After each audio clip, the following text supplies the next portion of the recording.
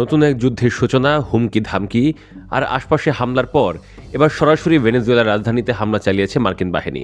CBS নিউজের প্রতিবেদনে জানানো হয়েছে, সরাসরি মার্কিন প্রেসিডেন্ট ডোনাল্ড ট্রাম্পের নির্দেশেই এই হামলা চালানো হয়েছে।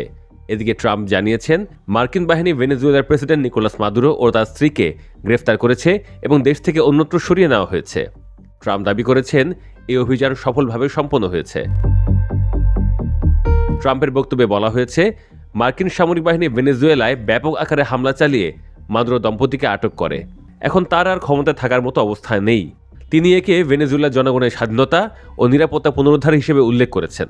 এর আগে কারাকাসে বিস্ফোরণের শব্দ শোনা যাওয়ার পর পুরো দেশ জুড়ে চরম উত্তেজনা ও আতঙ্ক ছড়িয়ে পড়ে। আন্তর্জাতিক সংবাদ মাধ্যম আল জাজিরা ও কয়েকটি সংবাদ সংস্থার খবরে বলা হয়েছে, যুক্তরাষ্ট্র ভেনেজুয়েলার ভেতরে সামরিক হামলা চালিয়েছে বলে দাবি করেছেন এক মার্কিন কর্মকর্তা।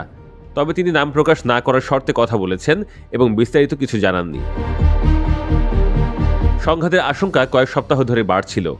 আজকের হামলার খবর সে উত্তেজনাকে অনেক গুণ বাড়িয়ে দিয়েছে। নড়ে চড়ে বসেছেন বিশ্ব নেতারা। এই ঘটনাকে চরম গুরুতর সামরিক আগ্রাসন বলে আখ্যা দিয়েছেন ভেনেজুয়েলার প্রেসিডেন্ট নিকোলাস মাদুরো। সরকারি বিবৃতিতে বলা হয়েছে, ভেনেজুয়েলা ভূখণ্ড ও জনগণের বিরুদ্ধে যুক্তরাষ্ট্র সরকারের এই ভয়াবহ সামরিক আগ্রাসন দেশটি দৃঢ়ভাবে প্রত্যাখ্যান, নিন্দা ও আন্তর্জাতিক অঙ্গনের প্রতিবাদ জানায়। সরকারের পক্ষ থেকে আন্তর্জাতিক সম্প্রদায়ের দৃষ্টি আকর্ষণ করে এই পরিস্থিতিকে বিপজ্জনক বলে উল্লেখ করা হয়েছে।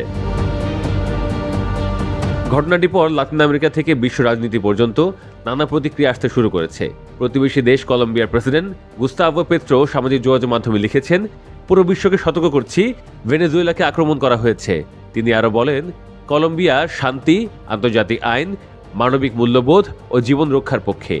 যে কোনো ধরনের সশস্ত্র সংঘাতের বিপক্ষে অবস্থান নেওয়ার কথাও জানান তিনি। ক্যারিবীয় রাষ্ট্র কিউবাও তীব্র প্রতিক্রিয়া জানিয়েছে। কিউবার প্রকাশিত বিবৃতিতে বলা হয়েছে, যুক্তরাষ্ট্রের এই হামলা আন্তর্জাতিক আইন লঙ্ঘন এবং এটি রাষ্ট্রীয় সন্ত্রাসবাদের শামিল। একই সঙ্গে তারা আন্তর্জাতিক সম্প্রদায়কে দ্রুত প্রতিক্রিয়া জানাতে আহ্বান জানিয়েছে। এদিকে মধ্যপ্রাচ্যের দেশ ইরানও এই হামলা নিন্দা জানিয়েছে। ইরানের পররাষ্ট্র মন্ত্রণালয়ের বিবৃতিতে বলা হয়েছে, যুক্তরাষ্ট্রের এই সামরিক পদক্ষেপ ভেনেজুয়েলার সার্বভৌমত্ব ও ভৌগোলিক অখণ্ডতার স্পষ্ট লঙ্ঘন। অন্যদিকে হামলার পর কারাকাসের রাস্তায় আতঙ্কে দৌড়াতে দেখা গেছে সাধারণ মানুষকে। বিস্ফোরণের শব্দ, আকাশে সামরিক বিমান ও সম্ভাব্য আক্রমণের আশঙ্কায় শহরে অনেক এলাকায় বিশৃঙ্খলা তৈরি হয়।